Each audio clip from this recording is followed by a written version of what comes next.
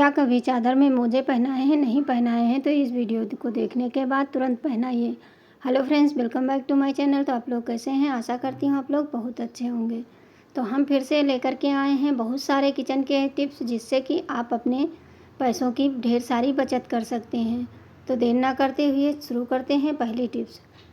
तो पहली टिप्स हमारी है, इस तरह की जो हमारी सब्जियों में पन्नी आती है, इसको हम क्या करेंगे, इसको कई यूज़ में हम ले सकते हैं। इस तरह से इसको फोल्ड कर लीजिए और फिर इसके अंदर इस तरह से फोल्ड करने के बाद में आप इसको नहाने में यूज कर सकते हैं। ये बहुत ही सॉफ्ट होता है और आपके हाथों में इससे कोई दिक्कत नहीं होगी। तो आप इसको इस तरह से भी यूज कर सकते हैं। लेकिन चलिए, आज हम आपको इसका दूसरा यूज बताएंगे जो कि बहुत ही यूजफुल है। तो सबसे पहले पन्नी को इस तरह से खोल लीजिए। अब इसको खोलने के बाद में आप सोच रहे होंगे कि ये है क्या होगा। तो इसके लिए आप क्या करिए, जैसे कि हमारा लहसुन प्याज होता है, इसको आप इसमें रख के अगर हैंग कर देंगे, कहीं भी इसको हैंग कर देंगे, तो ये हमारा ख़राब नहीं होता, क्योंकि इसमें प्रॉपर हवा लगती रहती है और ये देखने में भी अच्छा लगता है। तो इस तरह से इसमें गांठ लगा करके आप इसको रख सकते हैं। और गांठ भी कैसे लगानी है, जैसे हम बता रहे हैं, इस तरह से आप लगाएंगे तो खोलने में भी आसान रहती है और ये कहीं भी इसको हैंग कर देंगे तो ये अच्छे से टंगा रहता है। तो उम्मीद करती हूँ ये छोटी सी टिप्स आप लोगों को ज़रूर पसंद आएगी। अगर पसंद आए तो वीडियो को लाइक करना और ज़्यादा से ज़्यादा इसको शेयर करना, और मुझे कमेंट करना बिल्कुल भी ना भूलें कि इसमें से कौन सी टिप्स आप लोगों को ज़्यादा अच्छी लगी है।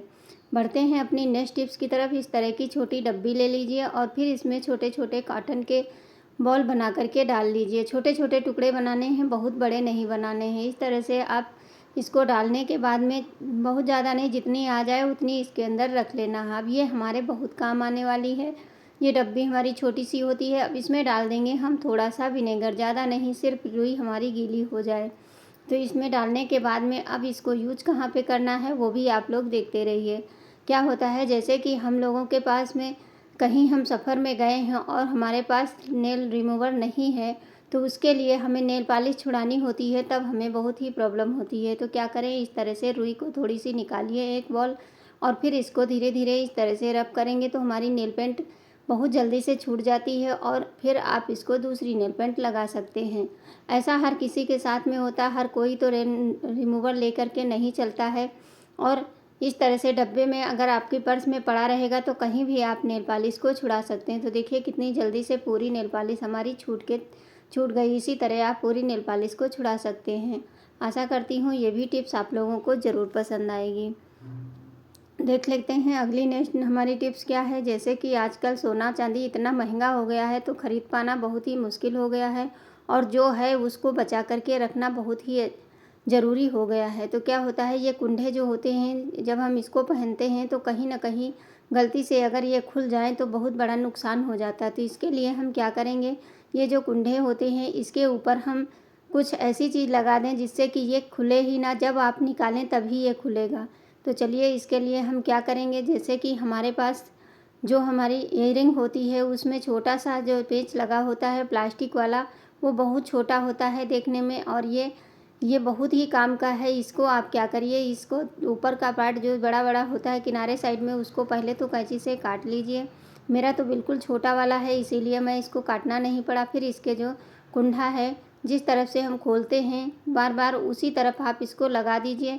इससे क्या होगा कि हमारी चेन खुलेगी नहीं और ये अच्छे से फिक्स हो जाएगी। देखिए इस तरह से इसको अच्छे से दबा देना है। अब आपकी चेन कहीं कहीं भी पहन करके जा सकते हैं, ये कुंडे की तरफ से बिल्कुल भी नहीं खुलेगी। उम्मीद करती हूँ ये भी टिप्स आप लोगों को ज़रूर पसंद आएगी। पसंद आए तो प्लीज़ लाइक ज़रूर कर देना। तो इस तरह से हम अपने सामान की सुरक्षा कर सकते हैं, क्योंकि इस समय तो लेना बहुत ही मुश्किल है, हर किसी के बस की बात नहीं है। इतनी महंगाई में सोना चांदी खरीद पाना बहुत ही कठिन लगता है। तो इस तरह से हम अपने सामान की सुरक्षा क्यों ना कर लें। तो बढ़ते हैं अपनी नेक्स्ट टिप्स के साथ। जैसे कि बच्चे हमारे होते हैं, जब भी कोई चीज़ लिखते पढ़ते हैं तो अगर इरेजर नहीं है पास में तो क्या करें। उसके लिए आप क्या करिए, जैसे कि हम लिखते हैं, बच्चों को मिटाना हर वक्त पड़ता है, तो उसके लिए हम क्या करेंगे, छोटी सी जो हमारी रबड़ होती है, जो हमारे कहीं ना कहीं घर में रखी ही रहती है, कहीं ना कहीं आ ही जाती है, तो एक पतली वाली ले लीजिए, एक मोटी वाली ले लीजिए। और इस तरह से मिठाई के डब्बे में इस तरह से बहुत सारी रबड़ निकल आती हैं। तो इस तरह से हर बच्चे की पेंसिल में इस तरह लगा दीजिए और ये देखने में भी ख़राब नहीं लगेगा। और जब भी इरेज़र ना मिले तो इस तरह से बच्चे इससे रिमूव कर सकते हैं। तो देखिए कितने अच्छे से मैं फिर से लिख करके दिखा रही हूँ, उसके बाद मिटाऊँगी तो ये बहुत जल्दी से मिट जाता है। और देखिए कितने अच्छे से, मतलब लगेगा ही नहीं कि हम इरेज़र से मिटा रहे हैं कि रबड़ से। आशा करती हूँ ये भी टिप्स आप लोगों को ज़रूर पसंद आएगी। तो बढ़ते हैं अपनी नेक्स्ट टिप्स के साथ, जो कि हमारी बहुत ही यूज़फुल है कि चादर को हम मोजे क्यों पहनाएं। देखिए जब चादर हम बिछाते हैं तो इस तरह से कुछ हाल हो जाता है। 1 घंटे के बाद आप चादर देखेंगे किस तरह से सिकुड़न आ जाती है और ये बहुत गंदा लगता है। तो इसके लिए आप क्या करिए, सबसे पहले तो चादर को निकाल लीजिए। उसके बाद में हम आगे आपको बताते हैं कि किस तरह से आप चादर बिछाएं कि आपकी 2 दिन तक चादर हटेगी नहीं।